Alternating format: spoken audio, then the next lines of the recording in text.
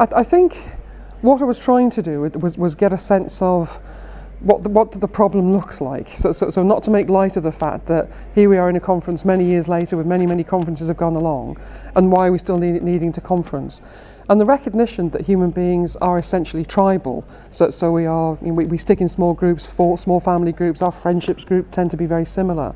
So inclusion of itself is just really not an easy subject. And how do you go from that recognition into thinking that we all work in organisations, we serve millions of people? How do you kind of go from that very human position into thinking about what is a very, very large problem in terms of how you do create an kind of inclusive workforce and from there?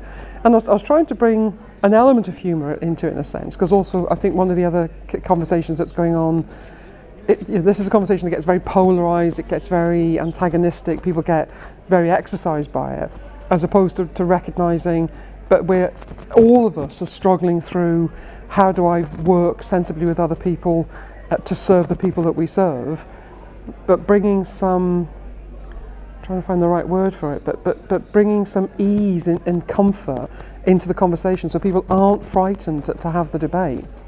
Hugely. I think in reality is creating those spaces where people are able to reduce fear, talk to people they don't normally talk to, just hear very different perspectives will, speaking as a psychologist, allow the brain to just sort of expand out a little bit in terms of some of that thinking. And you walk away from events like this always with yes, I hadn't thought of it like that. And from that kind of takes you into new learning and takes you into conversations with your team around, are we getting that right? And that was an interesting thought, and how do we go forward with that?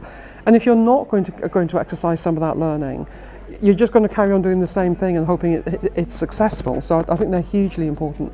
But I think in terms of recognising, and it's like Women in Fire, AFSA, I think others who are being representative of different voices, but equally, and I think AFSA has done this very well, is kind of broadening out that voice and making sure that it's kind of facilitating a narrative and a conversation across the whole sector.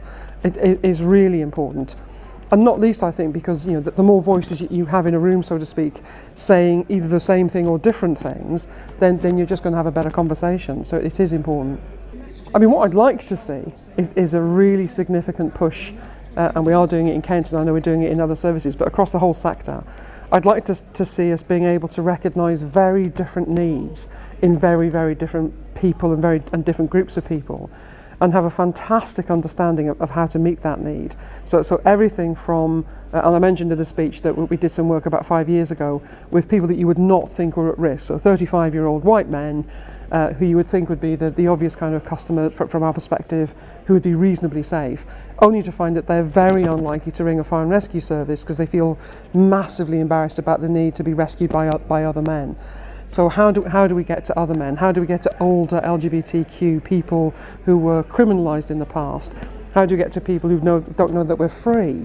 And I'd love to see us get to the point in 10 years' time where there's this really profound understanding of what we do in the bigger sense of the word around prevention, and that very clearly we are part of a reducing harm agenda across the whole county. And frankly, that we just see less fires as a consequence of that. There are less injuries, there are less harm, that we're seeing genuinely kind of significant changes in behaviour, that generation after generation just reduce that possibility. And wouldn't it be lovely? It won't happen in my lifetime. But it's like looking at something like TB and eventually saying, well, we used to have tuberculosis in this country and now it doesn't happen. Wouldn't it be fantastic 50 years from now that somebody says, do you know there used to be domestic fires? And somebody just laughs and says, God, that's really unusual.